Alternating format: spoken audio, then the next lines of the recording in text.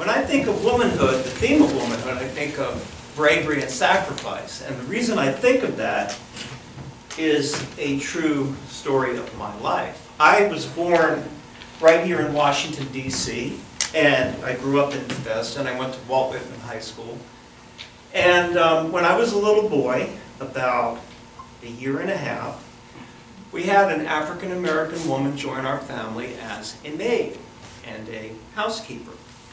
And what happened with Louise was she was like so many African-American women who came from the South in the late 50s and into the early 60s, looking for a better life for herself. And she joined our family, and what happened with Louise was she became more of a mother to me than my own mother. And the reason she became more of a mother to me than my own mother was manyfold. One, my mother was quite overbearing and very neurotic, and also my parents didn't get along, so they fought constantly. So there was friction in the home, and I had some siblings who were always in trouble. One sibling kind of turned into a hippie and turned to drugs and had bad experiences with that.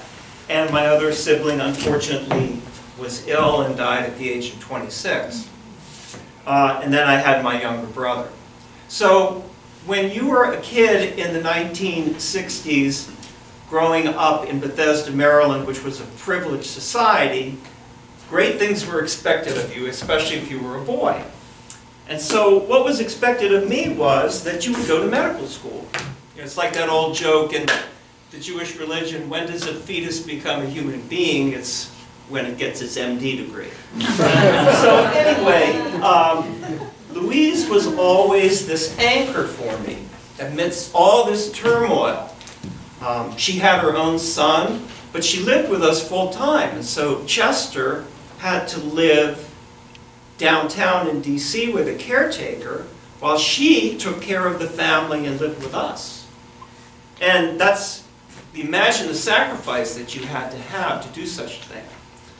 Well, the story goes on that Louise and I became very close, and I went off to college, and Louise was still with our family, and every time I would come home from school, I'd hug and kiss her, and she'd give me the old stories about the South, and we'd have a great time. And then I suddenly learned, after I had gone to medical school, that she and my mom had had a falling out. And this was about 1982. Bear in mind, she had joined our family in 1959. So after being in our family for decades, Louise had finally left. They had fought, and she just off. And this was the day, there was no internet in 1982. There were no cell phones. There was no way to find people. So when I had discovered that Louise was gone, I didn't know what to do. I was out of medical school in Boston. I was busy trying to do my own career. And this person who raised me, my real mother, was gone. Well, there wasn't much I could do about it. I came home during a vacation to search the streets of D.C. to know where she used to preach on the corner and also where her son lived. I couldn't find her. So the decades went by, and I turned to my mid-50s, and I thought, you know, I'm getting up there in age. I'm not really old, but I'm not young. I gotta find Louise if she's alive. So what I did was I went to a search engine and put in her son's name, Chester Morris. And sure enough, in the website Intellius, Chester's name came up. And he lived in Baltimore. I was so excited. I called the phone number. There was no answer. I figured, oh, another dead end. I'll never find Louise. But there was an address. So I decided on December 12th in 2012 to go to the address and knock on the door in Baltimore. Well, I did. I knocked on the door. There was no answer. I figured there's just no way I'm ever going to find Louise. And even if she was alive, she'd be 90. So the odds of her being alive are not good. So what I did was I put a note in the mailbox and I said, you may remember me. My name is David Sherer. Your mom used to live with us and take care of us. If you get this note, please call me. Well, that night I went home and my son Liam, who's in the audience here, who was about 7 or 8 at the time, answered the phone. And the phone call said, is Daniel Sherer there? And he said, no, there's no Daniel here. And I said, Liam, don't hang up that phone. Hold on 1 second. I got on the phone. I said, who's this? It was Chester. And it was Louise's son. He had made a mistake. He thought that it would be Daniel's home. I found out that Chester lived in Baltimore and Louise was still alive. I said, Weezy, where is Weezy? She says, she's in her hometown of Macon. I said, how old is she? She's 90. So I invited Chester and his family to dinner and said, do you think I can go down and see Louise? And they said, they'd love to have you.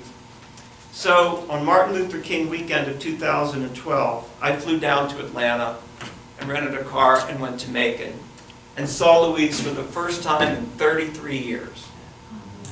We had a tremendous reunion, but unfortunately the vigorous, strong, vibrant woman that I had known as a youth was wheelchair-bound and quite debilitated.